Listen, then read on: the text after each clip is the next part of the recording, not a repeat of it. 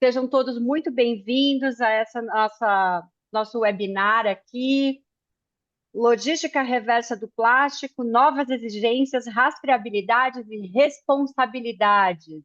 Muito obrigada. Nós vamos conversar nessa manhã sobre as novas exigências, a rastreabilidade e as responsabilidades trazidas pelo novo decreto de plástico. Então, temos muitas novidades e aqui eu e a Rita, se a gente não sabe, a gente conhece quem sabe.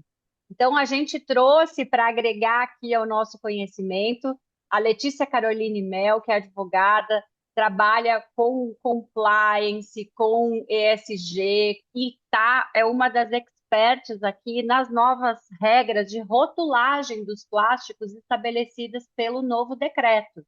Então, nós vamos conversar com ela. Na sequência, vamos falar com o Fabrício Soller, que é também um dos maiores especialistas em logística reversa, não só do plástico, mas em logística reversa geral. Ele está sempre por dentro de todos os acordos, as discussões, os projetos de lei. E aqui chegou o doutor Fabrício.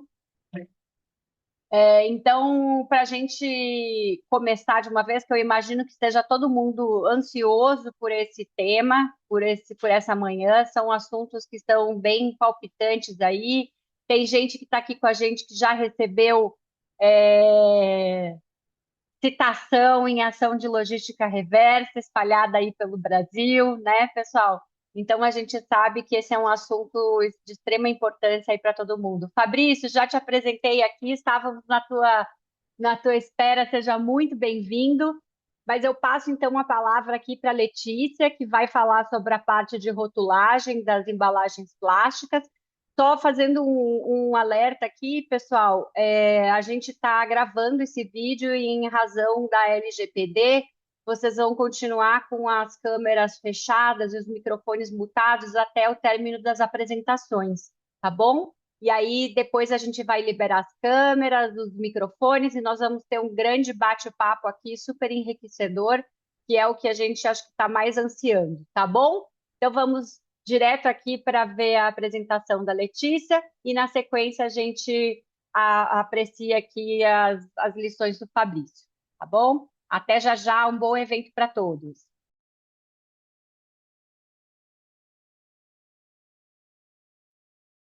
Bom dia de novo, pessoal. Bom dia, Ju, Fabrício, Rita. Um prazer estar com vocês aqui mais uma vez. Depois de tantos anos, Rita, Ju, já trabalhamos há muitos anos juntas, né? Fabrício também, a gente sempre se reencontra nos eventos. Está faltando ainda nosso café, né, Fabrício? Mas um prazer aqui estarmos todos juntos. Eu vou compartilhar com vocês a apresentação. A ideia, pessoal, aqui é trazer um pouco para vocês do contexto, né, de rotulagem ambiental e como é que o decreto do plástico está trazendo novas obrigações, se são novas obrigações mesmo relacionadas à comunicação, né, do plástico, tanto em logística reversa, tanto no aspecto de conteúdo reciclado, índice de reciclabilidade. Então, passar um pouquinho sobre esse contexto. E, assim, dar algumas pequenas recomendações que eu tenho vivido no dia a dia, fazendo, né, consultorias para as empresas, do como que esse assunto tem sido desenrolado dentro das organizações. Então, vamos lá. Acho que a apresentação vocês já estão vendo, né? Já conseguiram? Legal. Deixa eu ver se está mudando aqui certinho. Vamos lá, fazer uma breve apresentação minha, né? A Ju falou, eu trabalho como consultora e advogada em ESG em sustentabilidade. A pauta de rotulagem, né, ambiental, comunicação de sustentabilidade, veio de um estudo de mestrado que eu fiz há muitos anos já. Então, comecei o mestrado lá em 2013, numa época que a questão da publicidade ambiental, da comunicação ambiental, rotulagem ambiental, ainda não estava sendo tão falada como está sendo falada hoje. Então, eu estudei a comunicação ambiental sob o aspecto do direito do consumidor. Então, hoje, né, o tal do greenwashing que virou famoso, né, já é um assunto que a gente já não precisa mais explicar tanto o que significa o tal do greenwashing. Mas na época isso ainda não era tão falado, né? Então eu fui investigar lá, por que as empresas estavam cada vez mais comunicando aspectos de sustentabilidade, principalmente via produtos, via embalagens, mas também em publicidade, em outros canais de comunicação. Porque, né, será que o consumidor estava cada vez mais, nós, né, como cidadãos, estávamos realmente querendo mais produtos com atributos de sustentabilidade ou não? Por que aumentava cada vez mais a quantidade já naquela época e para cá, né, para os dias de hoje, muito mais de produtos aparecendo nas gôndolas com atributos de sustentabilidade? E será que que era tudo verdadeiro, né? Que era tudo verdade? Tinha algum problema ali de comunicação, de transparência? E aí, esse estudo originou o meu livro, que se chama Greenwashing, Direito do Consumidor, que foi publicado ali em 2019. E de lá para cá, o tema, né, acabou evoluindo bastante. Então, hoje eu tenho atuado com esse tema especificamente, tanto para ajudar as empresas a fazerem um diagnóstico e revisarem, né, comunicações de sustentabilidade já feitas em embalagem, publicidade, em diversos canais de comunicação, para verificar se tem riscos de greenwashing, como é que a gente melhora essas informações para minimizar esses riscos, ou às vezes até revisa a informação para, né, que ela seja retirada, para não ter mais riscos, quanto na etapa de construção de novas comunicações de sustentabilidade e construção em rotulagem ambiental. Então, acabo tendo um pouco essa visão sobre os dois aspectos, né? Como advogada, reduzindo os riscos, mas também como consultora, ajudando a construir esses novos planos. Passando um pouquinho para vocês, antes da gente entrar no decreto mesmo do plástico, nesse contexto sobre rotulagem ambiental. Primeiro, tá, gente? Quando a gente fala rotulagem ambiental, a gente não está falando só em comunicação via embalagem. Rotulagem ambiental é um termo que é utilizado, um termo técnico, tem ISO falando sobre isso, mas é um termo técnico utilizado para falar sobre comunicação de atributos ambientais de produtos e serviços em diversos canais de comunicação. Claro que embalagens é um desses canais, né? E por que esse tema tem ganhado cada vez mais repercussão, né, dentro das empresas, nos consumidores, organizações, né, de defesa do consumidor, organizações na pauta ambiental, estimulando que a rotulagem ambiental seja cada vez mais feita, mais praticada pelas empresas? Primeiro porque tem compradores, sejam as empresas B2B no meio da cadeia, seja o consumidor final, querendo ou precisando, por conta de obrigações legais, regulamentares, escolher produtos, né, ou serviços que tenham um desempenho ambiental maior. Então, né, falando aqui na cadeia e no nosso tema de decreto do plástico, é isso que está acontecendo, né? Os compradores, né, os fabricantes de produtos precisando comprar agora matéria-prima, embalagens com PCR, né, com conteúdo reciclado. Então, os compradores da cadeia e consumidores precisando, né, precisando ou querendo esses atributos. É uma forma de estimular tanto uma produção quanto o consumo mais responsável, mais consciente. As empresas, né, via rotulagem ambiental, conseguindo melhorar a qualidade ambiental dos seus produtos, empresas conseguindo alcançar novos mercados, novas prateleiras por conta de produtos, né, com atributos socioambientais, diversas comprovações, pesquisas e depoimentos de empresas dizendo que isso traz um aumento de reputação, traz diferencial competitivo, ajuda a atingir metas ESG, e no final das contas a sociedade como um todo ganhando, né? Porque quanto mais as empresas implementam ações que são mais sustentáveis sob um aspecto ambiental ou um aspecto social, e mais elas comunicam essas ações, primeiro a gente está incentivando inovação e liderança. A gente vai disponibilizar o material, sim, tá, pessoal? Depois eu mando para a Ju, para a Rita, elas distribuem para vocês. Incentiva a concorrência, então tem muitas empresas que veem um concorrente com uma iniciativa ambiental e comunicando essa iniciativa ambiental para os seus clientes e falam, pô, se meu concorrente está fazendo, eu preciso correr atrás, então vou investir nisso também. E claro, a gente quer alcançar, no final das contas, principalmente o ODS 12, que é o consumo e produção mais responsáveis. E no Brasil, pessoal, fazendo um panorama geral de um grande paradoxo que a gente vive aqui, de um lado a gente vê, nesse primeiro gráfico, um grande aumento da quantidade de produtos aparecendo nas gôndolas, cada vez mais com atributos socioambientais, e aí a gente está falando de embalagem, com certificações, autodeclarações, dizendo produto é sustentável, é amigo do meio ambiente, a minha embalagem tem menos plástico, a minha embalagem tem conteúdo reciclado. Então, muitos produtos, né, um aumento grande de quantidade de produtos. A gente tem vários e vários dados mostrando que as pessoas estão cada vez mais interessadas nesse tipo de informação. Então, o que os consumidores querem ver nos produtos? Origem em cadeia produtiva, reciclagem, durabilidade e reutilização, e aí selos e certificações e outros aspectos aqui com percentuais um pouco reduzidos. Mas o interesse das pessoas, então, por produtos mais sustentáveis tem crescido cada vez mais. Porém, a gente tem visto uma grande desconfiança sobre a qualidade e a veracidade dessas informações que estão indo nos nossos produtos e embalagens. Então, diversas pesquisas, essa aqui é uma só delas, dizendo que poucos brasileiros acreditam no que as marcas prometem sobre sustentabilidade. Então, aqui, especificamente, 88% dos consumidores afirmam que estão dispostos a fazer mais pelo meio ambiente, mas só 17% sabe se essas compras que eles realizam são realmente amigas do planeta, né? Como a gente vê várias afirmações nesse sentido. E aí as pessoas dizendo que o que impede as pessoas de comprar produtos mais sustentáveis, primeiro é o preço, mas em percentuais muito parecidos ao preço, então 82% preço, estão informações enganosas sobre o produto, ação de marketing enganosa e falta de disponibilidade ou transparência de informação. Então, de um lado, as pessoas estão querendo uma rotulagem ambiental, estão querendo mais informações em embalagem com atributos de sustentabilidade. Por outro lado, a gente tem um grande desafio de tornar essas informações cada vez mais acessíveis para as pessoas e mais confiáveis, mais claras. E daí que vem os aspectos de rotulagem ambiental.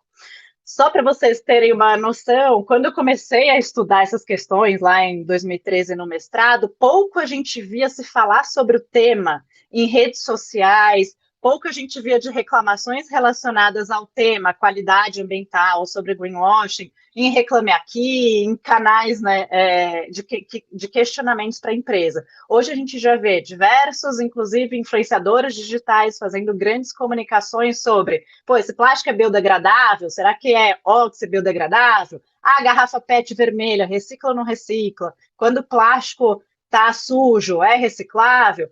Então, diversos questionamentos ali que vão aparecendo no mercado e eu acompanho, né, ao longo desses anos, a evolução também da fiscalização da prática do greenwashing pelos órgãos, né, principalmente órgãos de defesa do consumidor, e as condenações pela prática de greenwashing.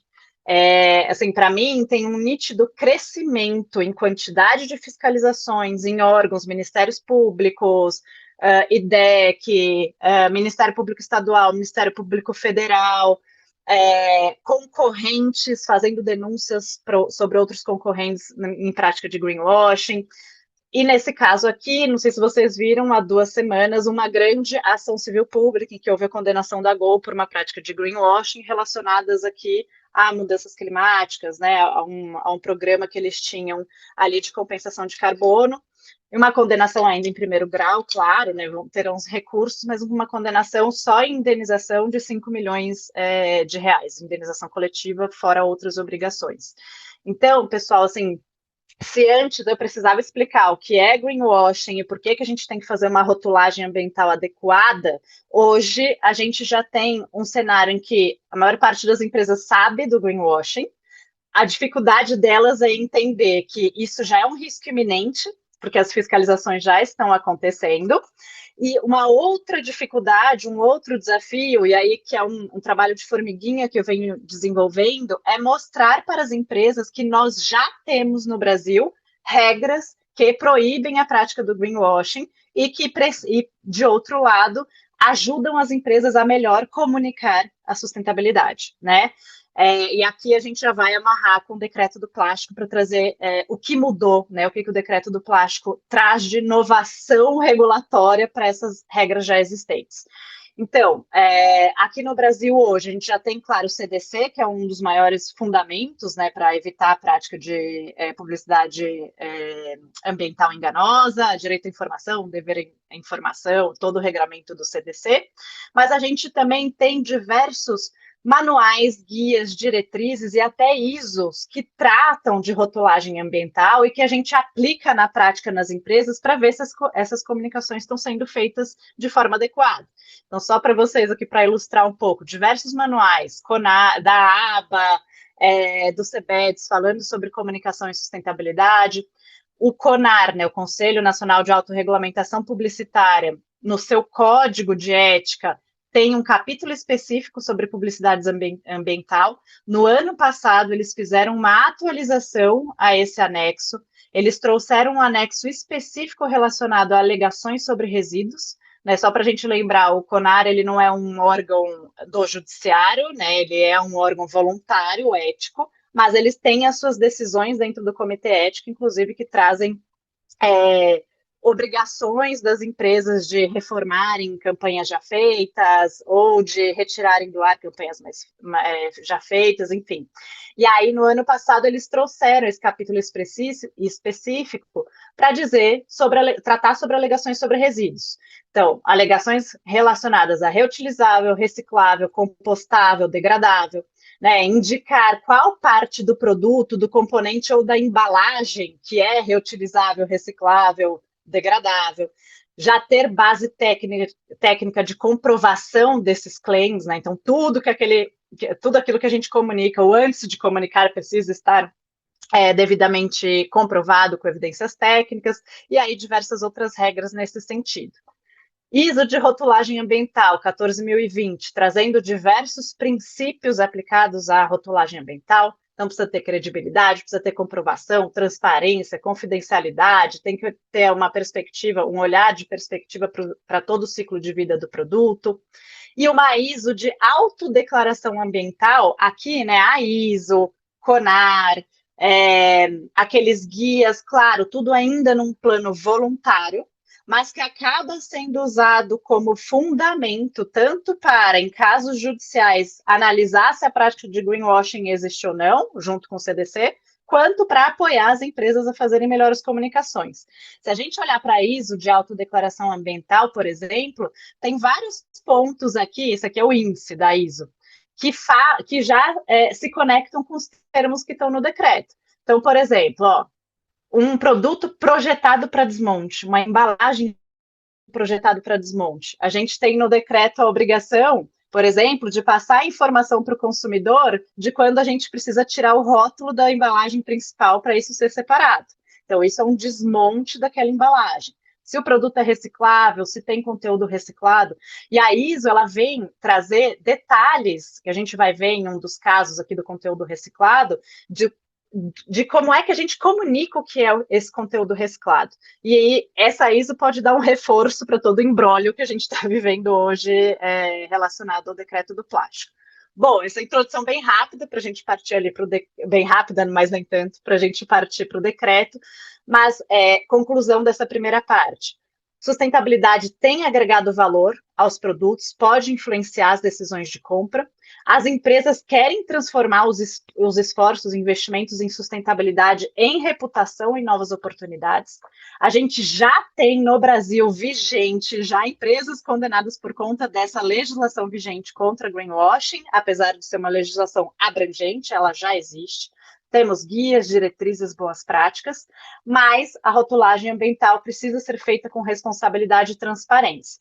Então, esse é um contexto que mostra que as previsões que estão no decreto do plástico relacionadas à rotulagem, elas não surgiram do zero, elas vêm de um contexto normativo em que já trouxe obrigações para as empresas. Bom, puxando aqui a pauta agora do nosso decreto.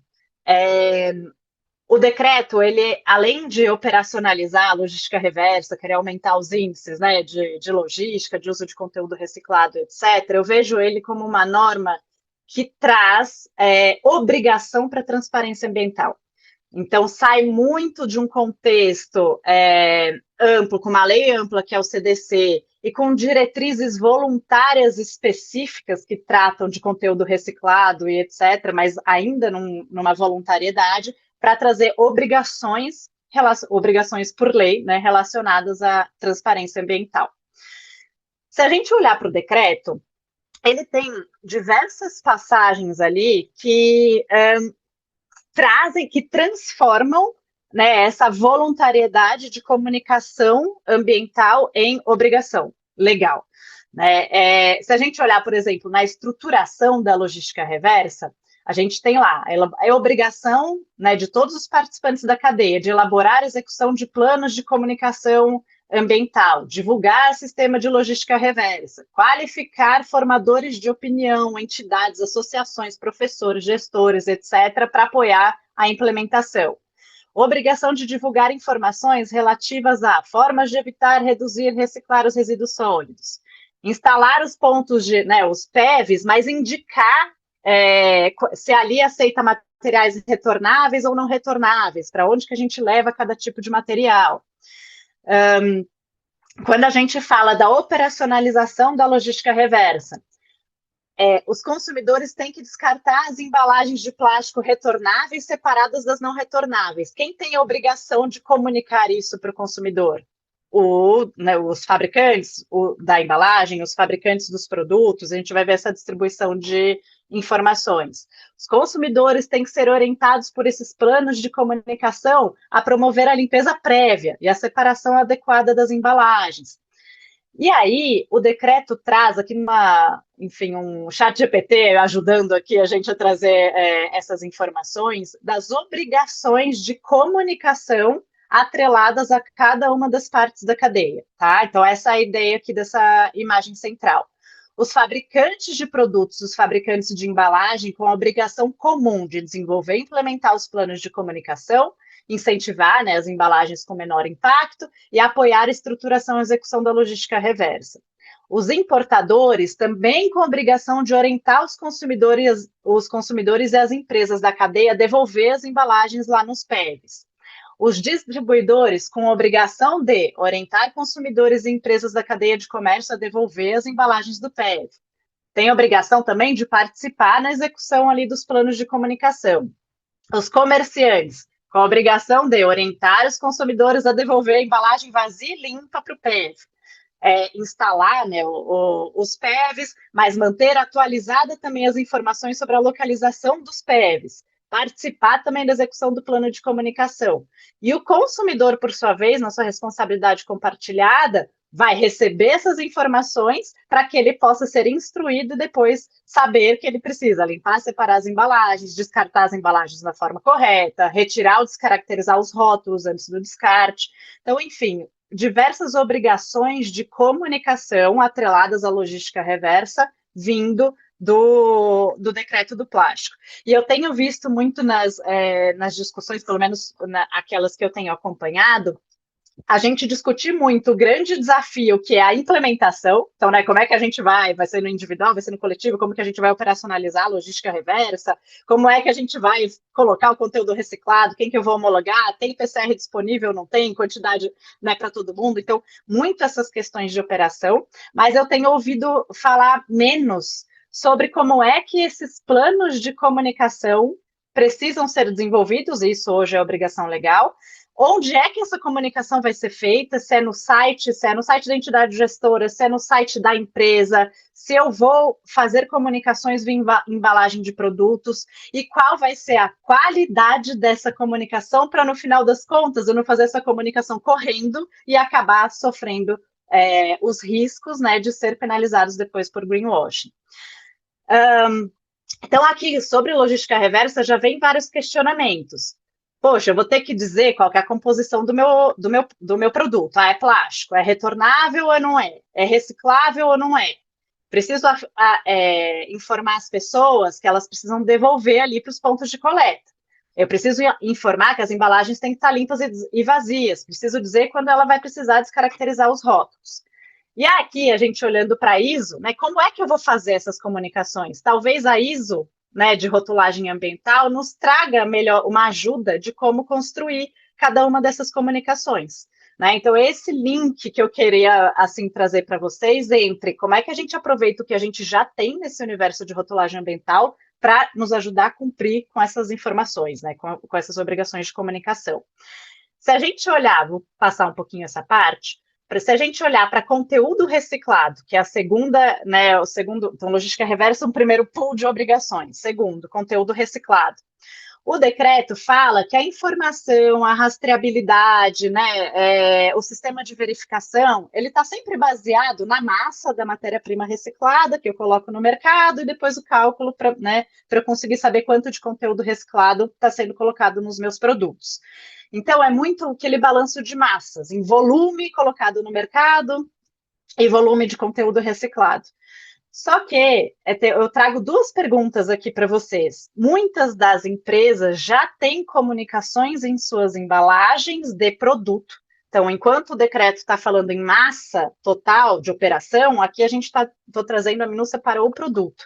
Muitas empresas já comunicando em suas embalagens, ali por SKU por produto, que os frascos e as embalagens já são feitas de material reciclado.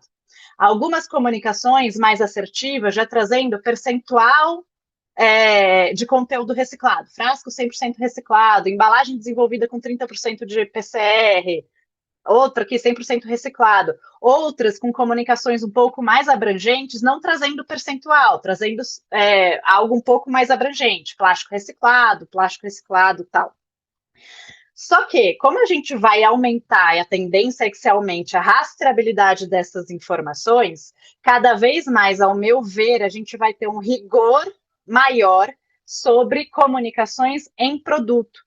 Porque a partir do momento que eu digo que o meu frasco é 100% reciclado, e isso já está circulando no mercado, se essa empresa que faz essa comunicação, ela não tem as evidências, não tem a comprovação, não tem rastreabilidade de que aquela embalagem foi feita com matéria-prima reciclada e chegou no meu produto com este percentual de matéria-prima reciclada, aumenta-se o risco dela relacionado à comunicação também no produto.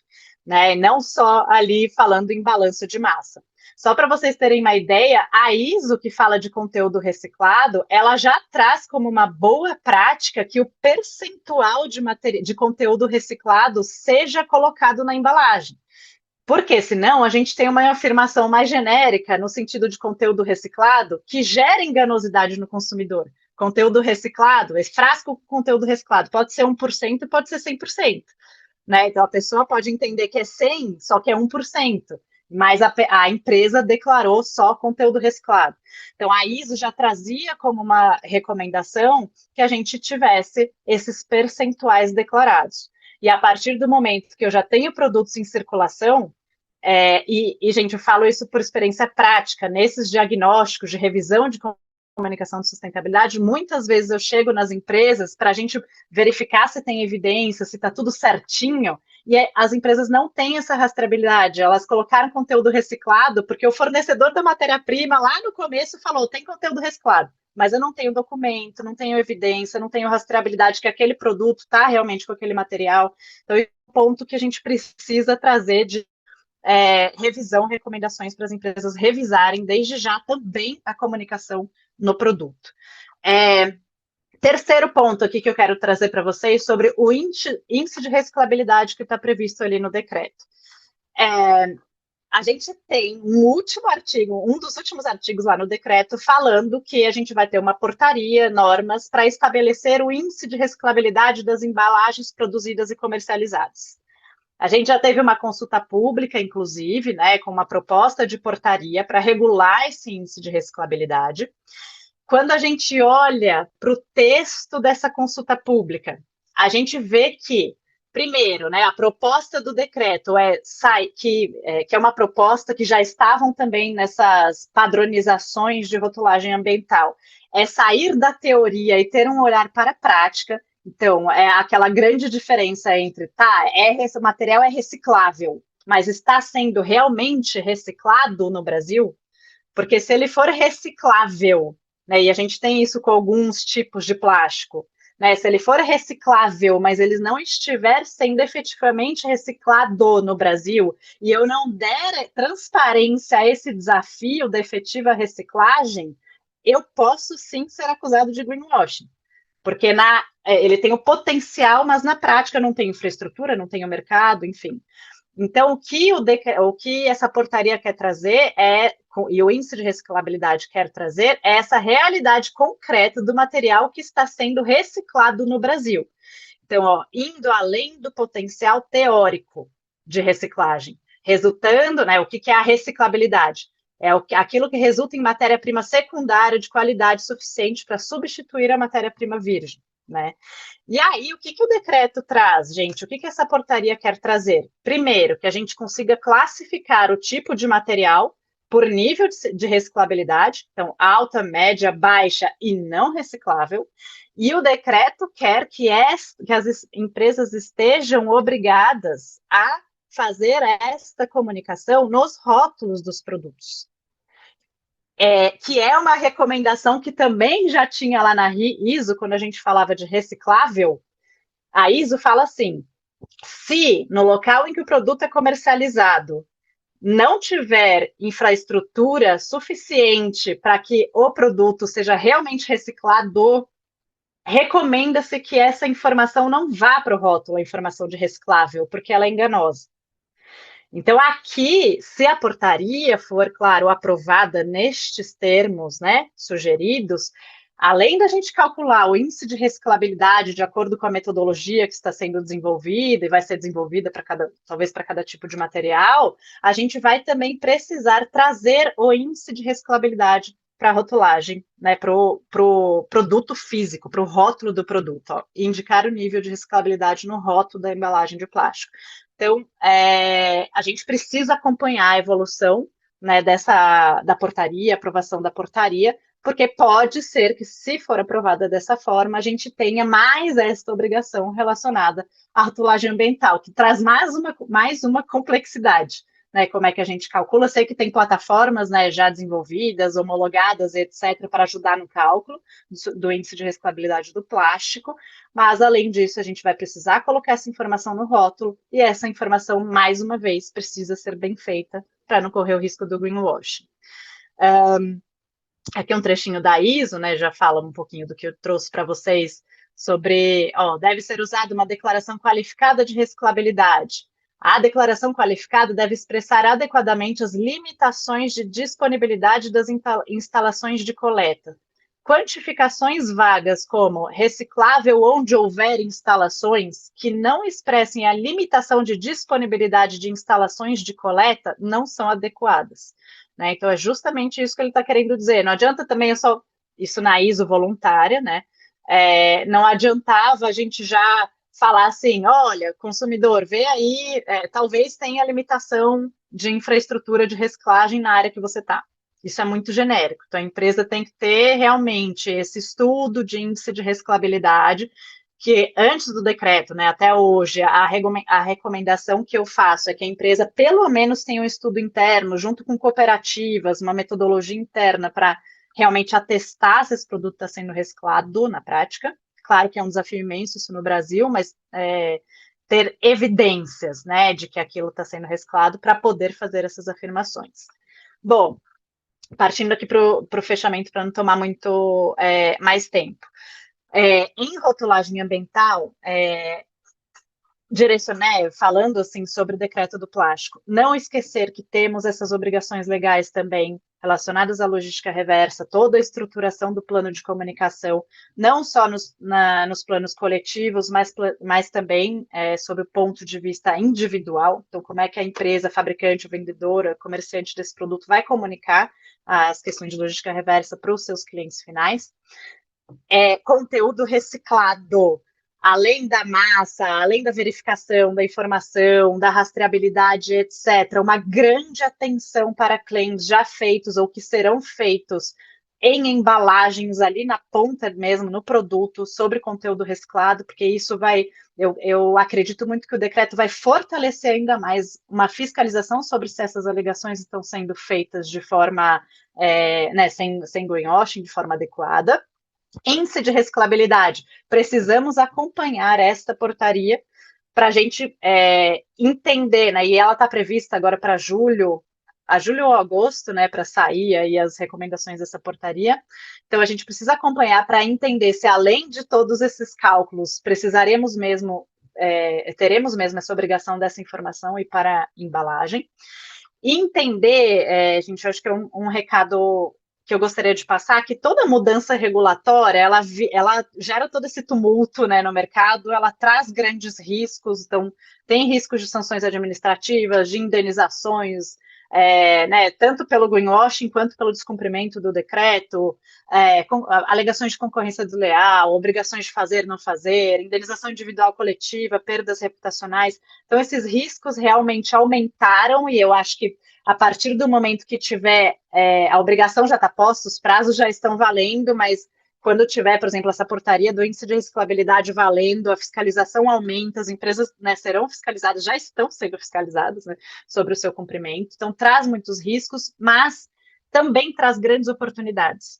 Né? A regulação é uma forma de incentivar, talvez pela via forçada, né? Mas incentivar que as empresas invistam em inovação em produtos e embalagens. Quantas empresas já da área, né, produtoras de plástico, estão olhando para isso como uma oportunidade de oferecer novos produtos com base em conteúdo reciclado, né? Então, pode trazer inovação em produtos, pode trazer né, o intuito é que traga um fortalecimento prático, né, da economia circular, e que traga uma grande melhoria da qualidade dos dados, do uso de material, de reciclagem, comportamento do consumidor, presença de mercado, e não só a qualidade dos dados para as empresas serem fiscalizadas, né, para o órgão público ir lá fiscalizar se não estiver cumprindo, multar, mas qualidade de dados até mesmo para os fabricantes. Se os fabricantes de produtos tiverem uma maior noção da rastreabilidade, de onde nasceu, para onde vai o teu produto, com base lá em dados, por exemplo, de uma cooperativa, para ver qual é a quantidade de embalagem de produtos que está chegando naquela cooperativa. A gente começa a transformar esse tipo de dados em valor de mercado. Eu sei onde meus consumidores estão, eu sei quantidade de produtos né, consumidas naquela região. Então, isso traz, inclusive, oportunidades da gente estreitar parcerias, estreitar contratações de cooperativas para prestação de serviço. E isso faz a máquina como um todo da nossa economia circular, da nossa cadeia de plástico, melhorar, né? A cadeia inteira ser beneficiada, a gente ter esse olhar do benefício também, trazer diferença competitiva, fortalecer a confiança. Então, um checklist aqui para vocês que estão trabalhando dentro das empresas ou com empresas. Com relação, claro, à rotulagem ambiental. O Fabrício vai trazer aí todos os aspectos né, dos índices práticos de implementação ali do decreto. Mas qual que é a minha recomendação? Primeiro, gente, reúnam os times multidisciplinares de dentro das empresas. É o jurídico, junto com a área do marketing, junto com a área do P&D, junto com a área de produto, junto com a área comercial, para levantar os dados de comunicações ambientais que já foram realizadas, já estão circulando, já estão nas gôndolas do mercado, relacionada, claro que é o nosso foco em embalagem de plástico, relacionada à reciclabilidade, logística reversa, conteúdo reciclado. Fazer esse levantamento. Depois olhar se tudo que está na gôndola tem comprovação. Esses produtos que estão na gôndola vão continuar na gôndola provavelmente por mais 1 ano, 2 anos, 3 anos, porque está ali na linha de produção.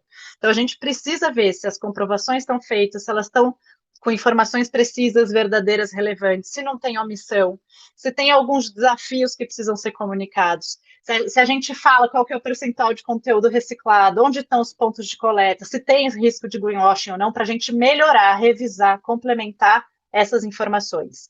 Depois, a gente não limitar, entre aspas, os desafios que já são enormes do decreto do plástico à implementação, mas a comunicação também. Participar, elaborar já também os planos de comunicação ambiental coletivos ou individuais, acompanhar a evolução do IREP, né, do índice de reciclabilidade, e uma governança interna dentro da.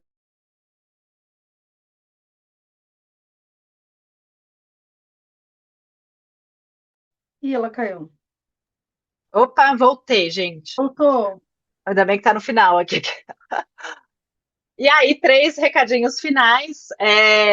Eu queria assim, que a gente saísse também um pouco com o espírito aqui de que o decreto é complicado, etc., mas que a gente precisa implementar a lei não só porque é lei, mas porque a gente ainda tem tempo para criar essas soluções para melhorar o nosso contexto socioambiental. Sempre relembrar o porquê que estamos aqui. Não é só para cumprir norma, é porque a gente realmente precisa melhorar toda essa situação. Garantir que as informações que a gente comunica sejam tão confiáveis quanto as soluções que a gente está construindo. Então, a solução tem que ser confiável, a comunicação tem que ser confiável. E agir com agilidade, com ética e com transparência, desde a fase desses estudos de como é que a gente aplica, até a fase de comunicação e fortalecimento de economia, da nossa economia circular, aqui na nossa cadeia do plástico. É isso, pessoal. Deixo meus contatos, depois compartilho a apresentação. Desculpa, eu acho que passei um pouquinho do tempo aqui pensado para cada apresentação. Letícia, maravilhosa a apresentação, as contribuições. Pessoal, vocês estão gostando? Vão sinalizando aí, anotando todas as perguntas. Logo mais a gente vai abrir para um grande bate-papo, né? Que é sempre o momento mais esperado dos nossos encontros, o horário do bate-papo. Ó, até minha cachorra está querendo bater papo aqui junto com todo mundo também. E aí, essa foi a Letícia Caroline Mel, pessoal, mestre, especialista em sustentabilidade e ESG, fazendo um trabalho brilhante na parte de rotulagem de embalagens com plástico e trazendo, então, né, todo esse contexto do decreto do plástico, que tem como foco a logística reversa, mas não trata apenas de logística reversa, né? É uma série de obrigações, sempre lembrando que ela vem para regulamentar a Política Nacional de Resíduos Sólidos, que tem como um dos objetivos principais a redução da geração de resíduos enviados para destinação final, para aterro, né? Que são os famosos rejeitos. Então, a gente tem que pensar nisso. Ao mesmo tempo, né, Letícia, que você traz todas essas questões, essa necessidade de a gente ter atenção com as ações de greenwashing, como a gente ainda tem que caminhar também para um caminho de educação ambiental, porque a gente ainda tem dúvida naquela hora de colocar o papelzinho no lixo, se ele é um papelzinho ou se ele é um plástico, né? Isso quem realmente vai, coloca e não joga pela janela do carro. Mas vamos lá, pessoal, pensando sempre que nós somos agentes de modificação, agentes de mudança, multiplicadores de mudança, e que a gente está ajudando a construir o mundo que a gente quer para nós, para os nossos filhos, para os nossos netos. Vamos adiante. Fabrício Soler, querido colega, amigo, vai trazer aqui para a gente, como eu falei, pessoal, se a gente não sabe, a gente conhece quem sabe, né? Vocês já viram aí como é a Letícia e agora vocês vão ter a oportunidade de aprender aqui junto com a gente, com o Fabrício, que é uma das maiores autoridades quando se fala de logística reversa, não apenas de plásticos, mas também de plásticos. Então, Fabrício, o show é seu, estamos aqui todos ansiosos para saber o que você tem aqui para nos apresentar sobre esse tema do decreto do plástico. Bem-vindo, querido, muito obrigada pela presença aqui conosco. Não, bom dia. Bom, primeiro registrar a alegria aqui, né? Ju, Rita, Letícia, de estar com vocês, ainda que virtualmente. Acho que as agendas impedem aí que a gente se encontre com frequência, mas sem dúvida alguma, um privilégio estar aqui com vocês nesse bate-papo, capitaneado por vocês nesse encontro, para tratar de um tema que eu tenho um particular apreço, vocês sabem disso, né? Eu até brinco com os nossos amigos do direito ambiental, que temos três craques, que eu deixei de ser o advogado especialista em direito ambiental e virei lixeiro. Então, eu passo a atuar com direito dos resíduos, que particularmente é uma área que eu tenho um profundo envolvimento na discussão.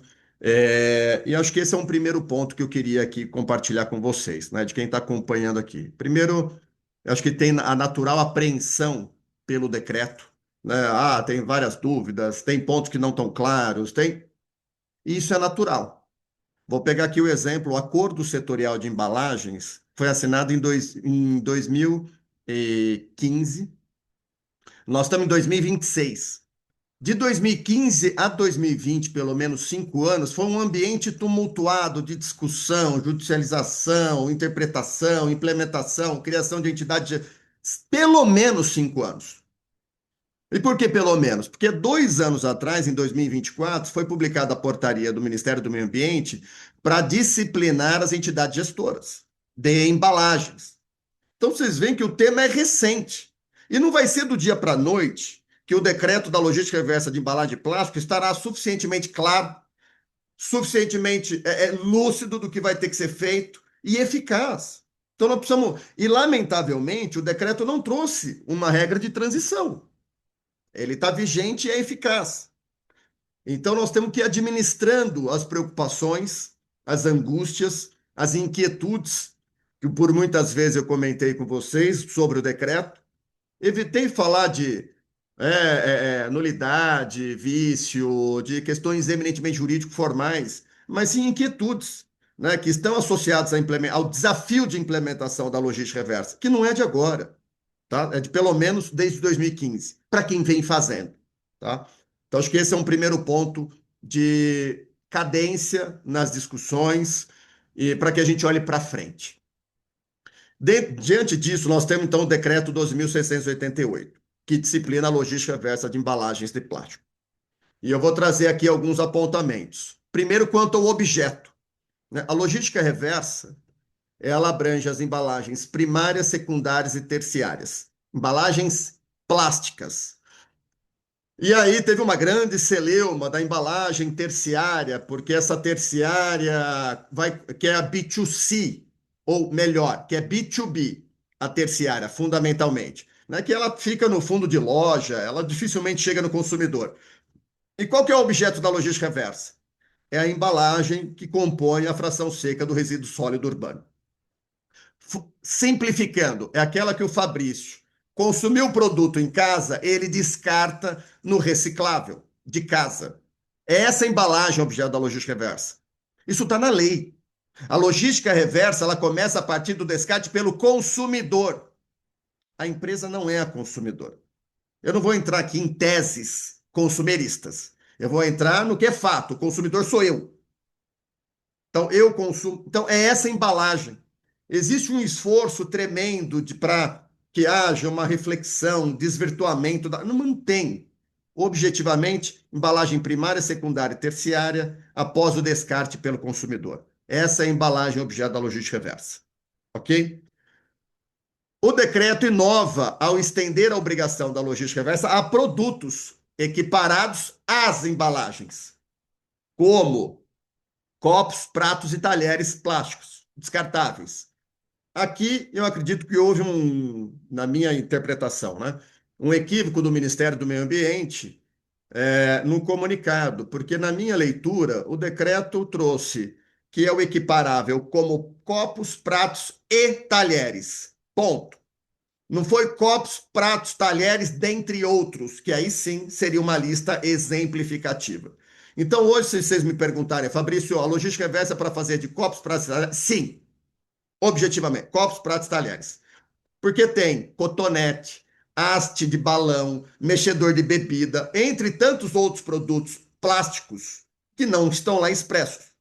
E o governo trouxe dentro do comunicado um entendimento que a lista seria exemplificativa e que um dia será regulamentado. Então, enquanto esse dia não chega, hoje é copos, pratos, talheres. Bom, tá? Bom, esse é o escopo da logística reversa. Aí nós temos a meta de recuperação. Isso é importante. A meta de recuperação é o que as empresas vêm fazendo desde 2015. Colocou 100 toneladas de embalagens no mercado, de produto embalado, a logística reversa por 8 anos, a meta foi 22%. Recuperar essa embalagem, 22% de 100 toneladas, 22 toneladas por ano, recuperar e encaminhar para reciclagem. O decreto traz a meta de recuperação também, começando com 32%. 32, 33, 34. Um ponto importante aqui, para que todos tenham clareza, essa é uma obrigação que, enquanto eu estiver no mercado produzindo, colocando no mercado produto embalado, ele me acompanha. Qual que é o mundo ideal dessa regulação? Pôs um, tira um. Pôs 5, tira 5. Então, ela é gradual e progressiva. Então, isso que é importante. E essa meta de recuperação, historicamente, vem sendo executada por intermédio de modelos coletivos implementados por entidades gestoras. São aquelas entidades, hoje são 14, habilitadas junto ao Ministério do Meio Ambiente para implementar a logística reversa de embalagens, o que inclui as embalagens de plástico. E aqui eu convido quem não teve oportunidade de acessar o site do Ministério, depois eu coloco aqui o link, em que o Ministério do Meio Ambiente publicou uma lista dos relatórios de 2024, apresentado em 2025, em que o Ministério traz as entidades gestoras e aquelas com relatórios aprovados e aprovados com ressalva. Então, para que vocês tenham clareza, né, de quais são as entidades gestoras e o que elas vêm fazendo e como vêm fazendo. E as 4 entidades gestoras aprovadas, que têm os seus relatórios aprovados na integralidade, onde você tem ali a BIPEC, você tem Pragma. Deixa eu pegar aqui, eu vou tomar a gentileza de compartilhar. Já que estou vendo aqui a Ju, já vou botar aqui para ficar mais fácil. Pronto. Aí ocupa aqui a nossa tela. Bom, aqui, só para compartilhar com vocês, vou deixar aqui na tela do meu slide mesmo. Está visível, né? Então, aqui são os relatórios aprovados na meta de recuperação, que é aqueles 32%. Então, você teve aqui a BIPEC, Pólen, Pragma e Ambipar, que tem a sua logística reversa implementada no modelo estruturante. O que significa modelo estruturante? Em parceria com organizações de catadores e catadoras de materiais recicláveis, implementado em âmbito nacional, tiveram seus relatórios aprovados. Os demais foram aprovados, também com ressalva. Então, aqui é só para vocês entenderem. E é o segundo ano que o Ministério publica isso. Então, você vê que é tudo muito novo. O que seria, né, seria extraordinário imaginar que o decreto publicado em 21 de outubro já tivesse todos os seus pontos devidamente saneados, esclarecidos e incontestes. Não, porque nós estamos construindo essa regulação. Então, aqui é um ponto importante para dividir com vocês. O outro, naturalmente, que é o objeto de grande discussão, é o conteúdo reciclado. Essa é a novidade. Né? A obrigação de conteúdo reciclado. Novidade para o plástico. Porque o decreto 11.300 de 2022, que disciplina a logística reversa de embalagens de vidro, já traz essa obrigação desde 2022. Então, o plástico é o segundo fluxo, segundo grupo de material, né, a trazer aqui a obrigação do conteúdo reciclado, começando em 22%. Aqui, que é o que eu falo aqui, foi uma ousadia da União em trazer uma meta de largada em 22%. Né? Porque aqui você tem um processo de construção, de preparação de fornecedor, de matéria-prima, tem um conjunto de atividades para a gente ter matéria-prima suficiente no mercado para atender esse conteúdo reciclado de 22%. Né? E olhando, na minha opinião, sempre para o grupo econômico. Não por SKU, não por embalagem, mas sim por um grupo econômico. Então, eu coloco lá, aqui hipoteticamente, né? Eu coloco uma família de produtos de limpeza, outra família de produtos, e numa linha eu faço 40%. Na outra eu faço 15%. Na outra. Então, eu entendo que nós temos que ver isso no todo, que a companhia coloque no mercado 22%. É o mais razoável. Então, o que eu estou falando é o que me soa razoável. Está escrito isso, Fabrício? Não, não está escrito. Tá? Não é dessa. Mas, no meu entendimento, é o que é factível dentro do que a gente tem visto de implementação da logística reversa. E o decreto remete à implementação do cumprimento das metas de conteúdo reciclado a uma plataforma que será habilitada pelo Ministério do Meio Ambiente. Essa plataforma tende a ser, né, a plataforma da BDI, da Agência Brasileira de Desenvolvimento Industrial, que chama Recircula Brasil. Plataforma que já está sendo utilizada por inúmeras empresas, né, que já estão aí se valendo do que está ali na plataforma para cumprir o conteúdo reciclado. Então, aqui é só o exemplo da plataforma, né? A plataforma em si, da BDI, da Agência Brasileira de Desenvolvimento Industrial, não foi ainda habilitada, lembrando precisa ser publicada uma portaria do Ministério com critérios para habilitação e depois vir a ser habilitado. Aqui é só, estou compartilhando o que existe, que é fato e que hoje operacionaliza dentro dessa questão do conteúdo reciclado.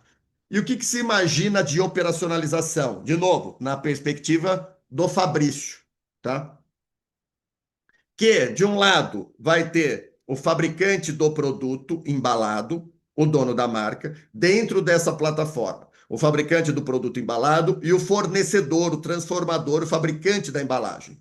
Porque o decreto prevê que tanto este como este agente tem a obrigação de cumprir o conteúdo reciclado. Mas o fabricante de embalagem, ele fabrica a manda e ordem, certo? Então, se eu que fabrico o produto embalado vou lá e determino que coloque 12, o fabricante de embalagem vai colocar 12% de conteúdo reciclado, não 22%. Então é um tanto quanto óbvio, mas as obviedades precisam ser faladas também por vezes.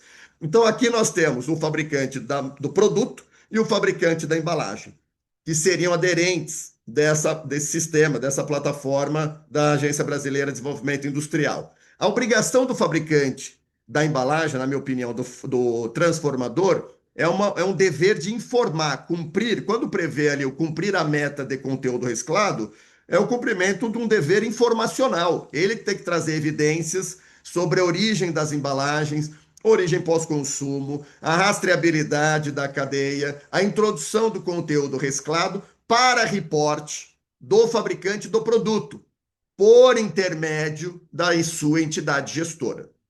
Então, no final, quem vai mandar a informação lá para o Ministério é a entidade gestora, junto com a meta de recuperação, que é 32%.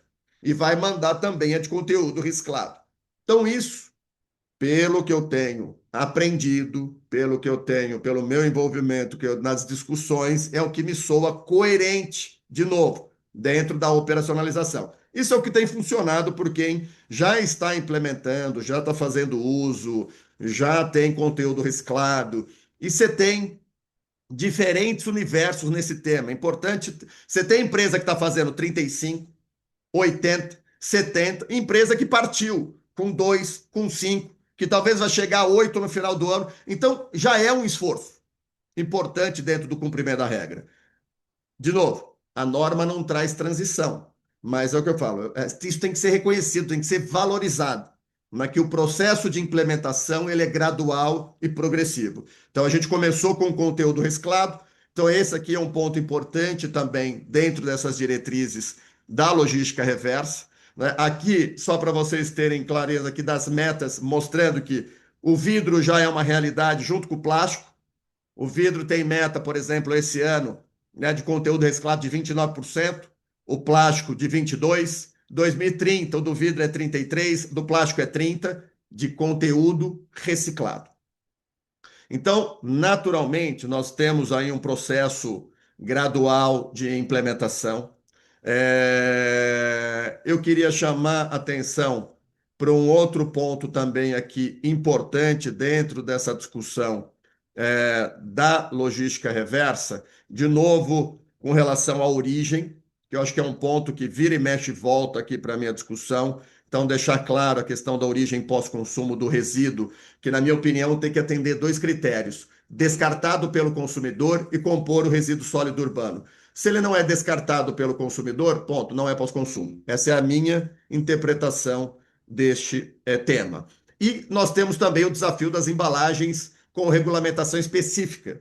Então, nós temos hoje muita clareza na regulamentação dos alimentos, que tem diretrizes próprias da Anvisa, né, que permitem, naturalmente, o conteúdo reciclado, no caso do PET-PCR, que já é amplamente utilizado no Brasil, que já tem uma cadeia de coleta bem organizada também, com índices que superam aí os 22%, e você tem os outros materiais plásticos, que alguns, né, em estágios mais avançados, outros nem tanto, para o cumprimento desse conteúdo reciclado. Mas as restrições, lembrando, como é que vai ser a restrição?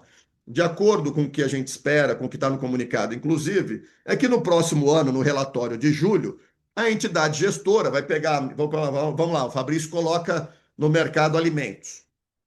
Eu vou informar pela minha entidade gestora que eu não cumpri ou que não se aplica o conteúdo reciclado por causa da resolução Anvisa número tal, da portaria número tal, por isso que eu estou eximido do cumprimento da obrigação. Ah, mas Fabrício, é da primária, secundária ou terciária? É você, Fabrício, que tem que explicar. É você que tem que fundamentar. Se o seu produto não admite conteúdo reciclado na secundária pelo risco de contaminação, você tem que fundamentar. Então, esse é um ponto importante que é declaratório, como sempre foi declaratório. Hoje, o quanto é colocado no mercado por cada uma das empresas que tem obrigação é declaratório, autodeclaratório. Então, a empresa declara o quanto ela coloca no mercado. Da mesma forma, o conteúdo reciclado e a sua, quando for, né, estiver isento ou eximido do cumprimento, você vai ter que fundamentar, explicar.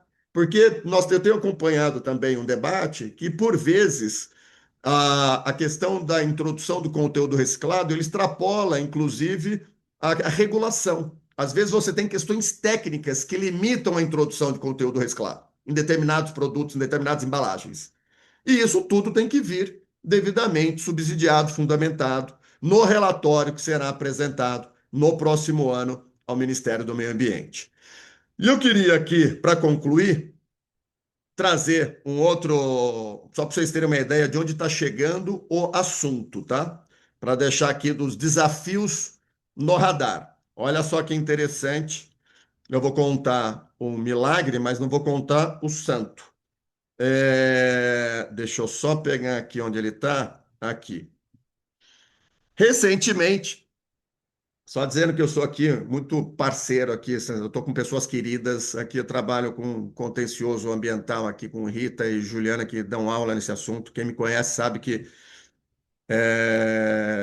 é um tema que eu particularmente admiro, os litigantes. Acho que esse é um trabalho, tem que ter, né, tem que ter a pegada do contencioso. Então, para dizer aqui, eu sou parceiro delas aqui no contencioso, e não diferente, eu vou dividir aqui um tema de contencioso que tem acontecido agora. Uma empresa de alimentos foi objeto de uma ação judicial, em que o pedido é para que a empresa implemente um plano de adequação de embalagens e redução do uso do plástico. Olha onde nós estamos chegando. Vamos colocar aqui no grande tema litigância climática, vai? Mas olha aqui onde nós estamos chegando. Quais são os pedidos da ação? Que a empresa projete e fabrique embalagens garantindo o mínimo de uso de matéria-prima, substitua as embalagens com baixa ou nenhuma reciclabilidade, como a Letícia que chamou a atenção, considerando a infraestrutura, porque aquele negócio, a embalagem é reciclável, mas não é reciclada, por diferentes motivos. Não tem estrutura, não tem valor econômico, seja lá por que o valha. Então, ela é reciclada pelo no mútil. Ou melhor, ela é reciclável pelo no mútil. Aqui nós temos a introdução de conteúdo reciclado na embalagem, apresentação de um plano de coleta para as embalagens de difícil reciclagem, implementar um ponto de recebimento. Ah, mas até aqui, Fabrício, ó, beleza. Agora, dorme com essa aqui, ó. Peraí. Ai, caramba. Para. Vamos lá. Deixa eu botar o outro aqui. Nos pedidos da ação. Pagamento de indenização por danos materiais, morais coletivos causados, aqui danos materiais. Os custos com mão de obra, energia, armazenamento e descarte de rejeito que poderiam ser evitados. Qual que é a leitura? Se você usa um material de alta reciclabilidade, ele está sendo encaminhado para a cadeia da reciclagem. Se ele não tem, se ele é reciclável, mas não é reciclado, ele está ficando lá e se tornando rejeito. E isso tem um custo da coleta, da triagem. Então, olha só que interessante: danos morais, bem como lucro cessante pela não comercialização dos materiais, e danos morais coletivos, a violação da dignidade da pessoa humana, o esvaziamento do valor social do trabalho e a exposição ao risco à segurança e à saúde pelas cooperativas em valor a ser apurado. Então, isso é para mostrar onde nós estamos chegando. Então, acho que assim, a mensagem é trabalhar, sem dúvida alguma, aqui, né, de uma maneira preventiva. O intuito aqui, né, do webinar é compartilhar informações. Eu acho que assim, o exercício é da porta para dentro. As empresas precisam. Esse é um tema que não é só do legal, acho que a Letícia colocou isso bem. Não é do legal, HellGov, sustentabilidade, a turma da embalagem, desenvolvimento de embalagem. Isso é da empresa. entendeu? Não adianta eu ter um parecer, vou pedir para o Fabrício fazer um parecer aqui, vou ficar tranquilo. Só isso não resolve. Então nós precisamos entender quais são as limitações técnicas. Por que que nós não conseguimos ter conteúdo reciclado? O que que nós conseguimos? Quais são as embalagens que estão computadas? Então, tem um conjunto de ações que a gente precisa avançar, porque a regulação está aí, está posta. Então, acredito, inclusive, que ela enseja aprimoramento. Eu acho que ela tem que ser aprimorada no percurso. Mas o tema que nós estamos tratando aqui, pessoal, é um tema que está não só aqui no Brasil, mas é um tema global. Eu acompanho direto. Aliás, eu vou deixar aqui, ó. Depois vou mandar para a Ju e para Rita. Pô, não está aqui, mas depois eu mando para vocês. Que é a discussão do Tratado Global de Combate à Poluição Plástica. Nós temos uma discussão internacional do tema. É o objeto do meu doutorado, inclusive, foi a discussão do tratado. Acompanhei 3 reuniões presencialmente e o tema está lá. Então, eles estão olhando produtos, embalagens de vida curta, eles estão olhando a composição dos materiais, estão olhando a discussão da logística reversa em âmbito internacional, conteúdo reciclado, entre outras agendas que estão compreendidas dentro do nosso decreto, então, do decreto brasileiro. Então, acho que aqui são algumas considerações, até para prestigiar o debate, quem está aqui, quem está acompanhando. Ju, Rita, volto para vocês. Maravilha, Fabrício. Pessoal, vocês viram quando eu falei que a gente conhece quem sabe, né? Vocês entenderam que a gente diz que a gente conhece quem sabe. E é aqui Fabrício coroando a parte preventiva, vamos chamar assim, né, desse tema de logística reversa do plástico. A gente teve a Letícia Caroline Mel falando sobre a parte da rotulagem e trazendo todo o contexto histórico do nascimento desse decreto da logística reversa do plástico, que a gente está falando de logística reversa do plástico, mas como a Letícia colocou aqui, ele não fala só sobre a logística reversa, né? São várias outras obrigações que surgiram com relação às embalagens de plástico. E agora o Fabrício, que é a nossa maior autoridade no tema de resíduos, né? O nosso grande lixeiro, como ele falou. Ai, Fabrício, só você. Mas falando aqui para a gente sobre esses aspectos gerais. E eu acho importante, Fabrício, lembrar que o decreto do plástico ele é recente, né, como você mencionou, mas a Política Nacional de Resíduos Sólidos ela já não é, né? Ela já é antiga e ele vem só regulamentar. E aí a gente vem vendo cada vez mais perdendo espaço aquela postura de vamos pedir o parecer por Fabrício para engavetar esse tema, né, Fabrício? Porque, assim, é uma obrigação que ela já surgiu há muitos anos, há mais de uma década, né? Então, a gente precisa realmente trabalhar nessa mudança de consciência dentro das empresas de que isso não é o risco Brasil, isso não é o fator Brasil, isso é uma responsabilidade que nós temos com a nossa vida, com o planeta, com as futuras gerações, com não dá mais para a gente sair sempre pelo que é mais barato, né? A gente precisa encontrar uma forma de fazer negócios com responsabilidade. É nisso que a gente acredita e que a gente tenta trabalhar aqui. E aí, como eu disse que a gente conhece quem sabe, eu não apenas conheço, como eu sou sócia, né? Da Rita Maria Borges Franco. A gente, na verdade, eu disse que eu ia ficar aqui nos bastidores, acompanhando aqui, mediando essa conversa e pensando em a gente usar bastante o tempo que a gente ainda tiver para a gente trocar informações, abrir para perguntas, fazer um grande debate, que eu acho que é a parte mais enriquecedora sempre, né, para quem participa, quem vem com esse tema, que é um tema que nos aflige a todos aqui que estão presentes. E a Rita tem uma série de pontos aqui que são os pontos que mais nos chamam a atenção, exatamente pensando num litígio, pensando numa judicialização. A gente acaba trabalhando bastante com a parte de contencioso, de ambiental, então já estamos, né, atuando em diversas ações relativas a logística reversa. Então, queria passar a palavra para minha sócia querida, Rita. Ritinha, destaca, traz os teus pontos aqui, e aí depois a gente abre para a nossa grande roda de conversa. Obrigada, Jufla. É, né, suspeita demais para falar desse trio que está aqui junto comigo. Conheço a Letícia há tantos carnavais que a gente estava até estranhando quanto tempo a gente não se via, né? E o Fabrício é cúmplice nos crimes, né, Fabrício? A gente tem que tomar cuidado com as coisas que a gente fala por aí, né, que a gente faz junto. E, Juflinha, a tua missão aqui é, se eu levantar a bola, você corta, tá?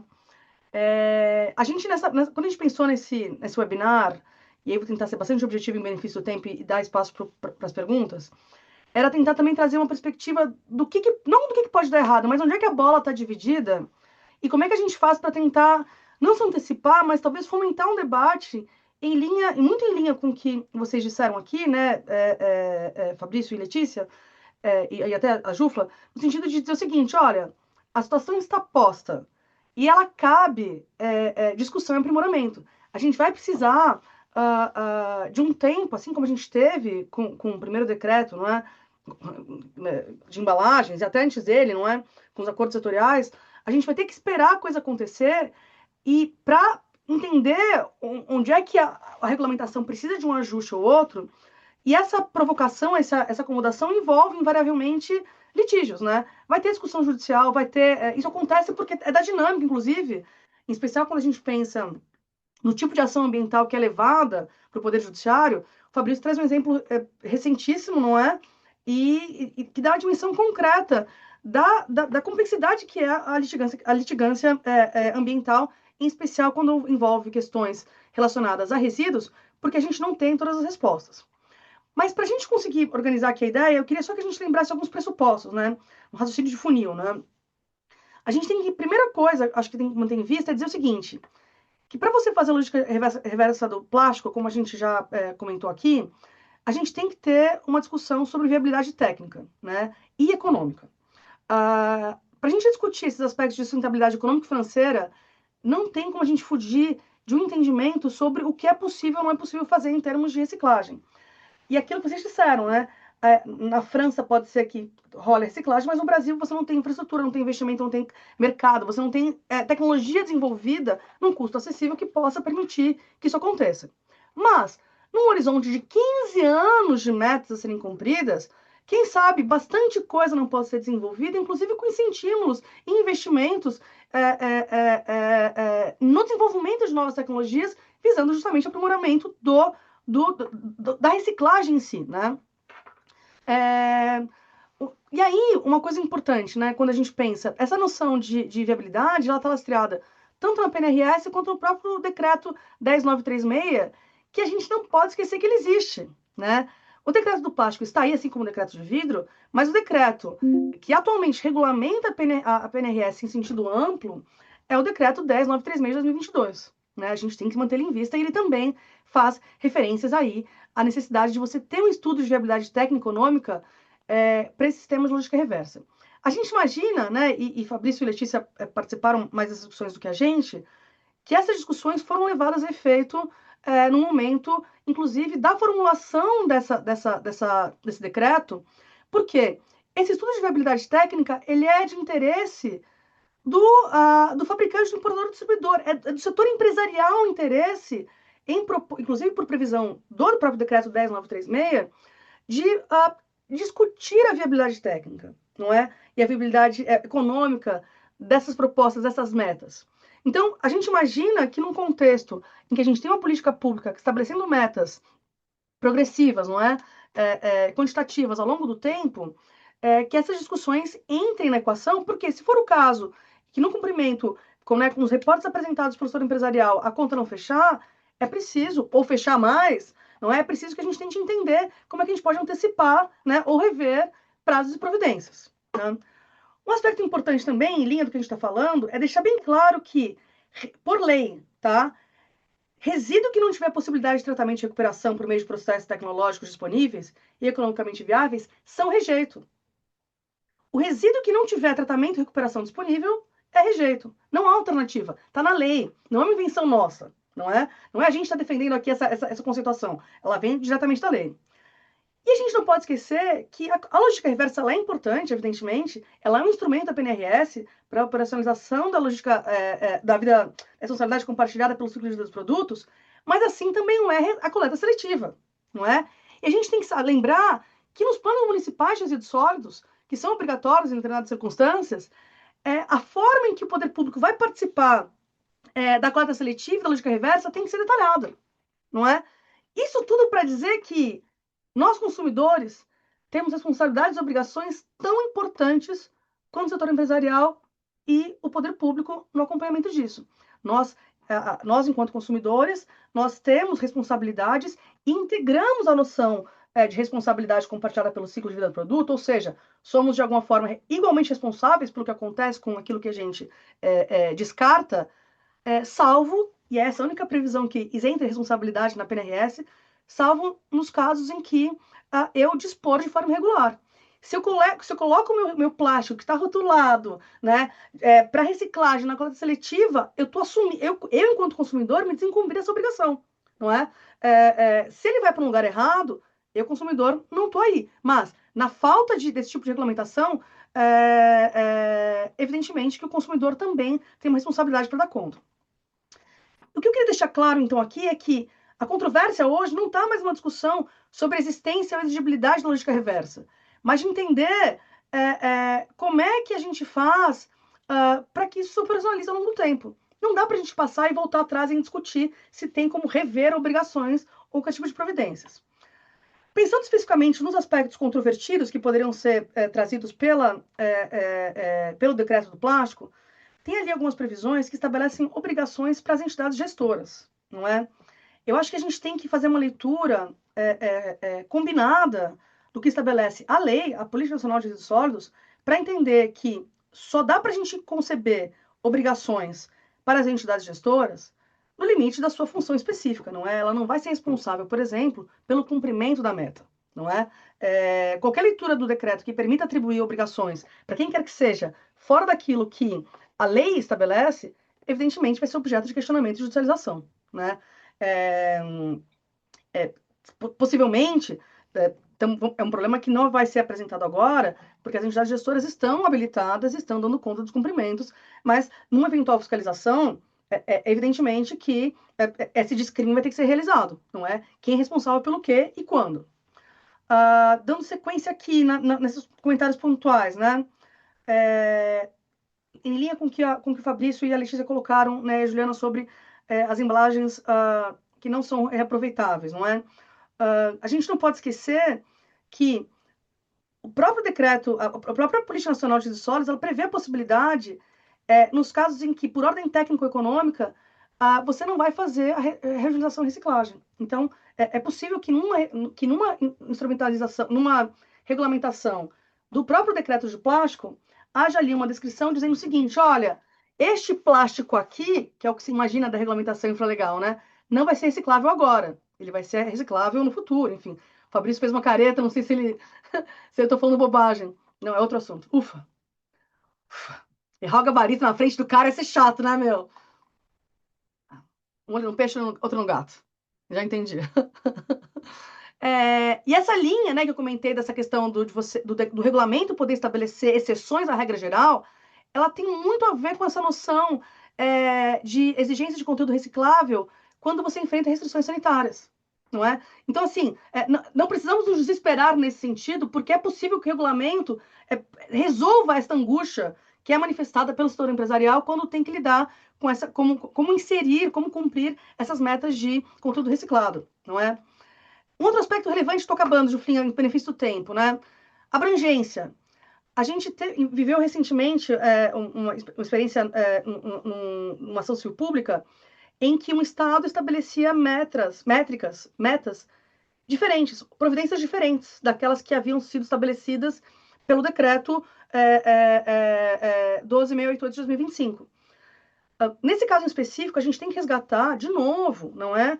O que diz o decreto 10.936, quando regulamenta a logística reversa no âmbito da PNRS, que diz que os instrumentos, não é, de logística reversa, que tiver, os regulamentos, perdão, estabelecidos no âmbito de lógica reversa, que tiverem abrangência nacional, ou seja, forem aplicados em âmbito nacional, eles prevalecem sobre os firmados em âmbito regional, distrital e estadual. Ou seja, esse decreto federal, ele se sobrepõe à eventual regulamentação que se dê no âmbito dos estados e municípios, pensando aí numa abrangência regional delimitada, justamente por conta dessa visão que essa política nacional tem sobre o problema.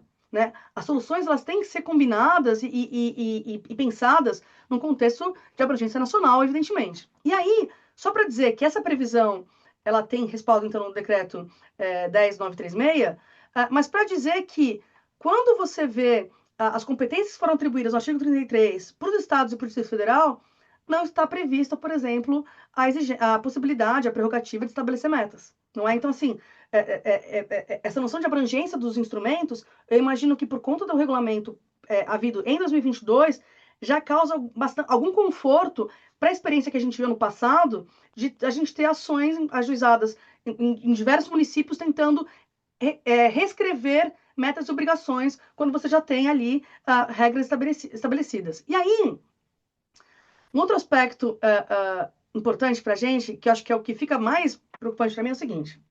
Voltamos novamente à discussão. O que se fazer com o rejeito que sobra nas cooperativas, no centro de triagem? O que fazer com esse material que sobra, que pode até ser um resíduo, né? Mas que por conta de não ter viabilidade econômica, sua reciclagem, seu aproveitamento, ele é considerado um rejeito. O decreto do plástico estabelece, certo, que os fabricantes e importadores vão ter que dar cabo dessa solução do rejeito que morre na cooperativa, no centro de triagem. E a fundamentação para isso, não é? Ela está referida no artigo 33, parágrafo 6º do PNRS, que, salvo o melhor juízo, ele diz o seguinte, que os fabricantes e importadores darão destinação, sendo o rejeito encaminhado para a disposição final ambientalmente adequada. A lei não fala quem vai ter que encaminhar esse rejeito. O artigo 33, parágrafo 6º, menciona a necessidade da destinação ambientalmente adequada para os produtos e embalagens, mas quando fala do rejeito, ele fala que tem que ser encaminhado e não há uma atribuição específica da responsabilidade, a meu ver, nesse sentido.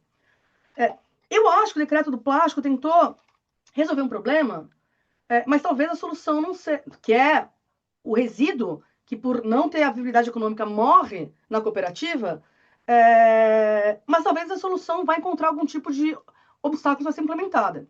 Não só por conta de uma divergência que pode haver sobre a interpretação do que a lei estabelece e a compatibilidade do novo regulamento com o que a lei e o decreto geral estabelecem, mas também porque é o seguinte, quer dizer então que a cooperativa vai contratar, o fabricante importador vai contratar alguém que vai na cooperativa, seu João, seu Pedro, seu Antônio, fazer retirar o rejeito, mas só o rejeito de plástico, né? O rejeito de vidro, aquele isopor velho, aquela cadeira que mandaram para lá, né? Os outros rejeitos não vão vão ficar enterrados ali, vão ficar morrendo na cooperativa? Existe aí algum tipo de questionamento, e aí o fato é que essa questão de como é que a gente vai organizar essa questão do rejeito, ela é objeto de uma consulta pública, não é? Mas essa consulta pública está muito mais focada na precificação e na remuneração do rejeito para as cooperativas do que efetivamente em operacionalizar efetivamente o instrumento, né? Enfim, acho que para abrir aqui a palavra para a turma, né? Eu acho que eu traria essas camadas de complexidade que a gente infere de um decreto que tem aí 7 meses e certamente vamos ter muito prazo e muito pano para manga para voltar a falar sobre essas questões e até mesmo avaliar essas preocupações que a gente traz aqui relacionadas a um eventual risco de judicialização, de litigância de resíduos, né, vamos chamar assim, se concretize. Vamos torcer para que no avançar da sua implementação, esses obstáculos que a gente identifica aqui sejam talvez obstáculos superados pela própria interpretação conforme, não é, desse decreto à luz daquilo que estabelece a PNRS e o decreto geral regulamentador. Ju, acho que é mais ou menos isso que a gente tinha combinado, né? E para chamar atenção aqui, Rita, deixar bem claro que, como a Rita falou, tem essa consulta pública que está em aberto. Então, o pessoal ali, entre um intervalo do gol do Messi e uma defesa do Vozinha, pode dar uma olhada lá no teor da, da proposta ali da consulta pública, e apesar de a consulta pública estar trazendo essas questões mais atinentes à remuneração do rejeito para as comunidades, né, as cooperativas de catadores, nada impede que a gente acrescente comentários, ideias e sugestões sobre o restante da logística. Então, quem tiver interesse em procurar aí também, vale a pena dar uma olhada no que tem nessa consulta pública e fazer as suas contribuições, né? Porque a gente gosta muito de criticar engenheiro de obra pronta, mas quando as coisas estão em construção, nem sempre a gente está disposto a contribuir.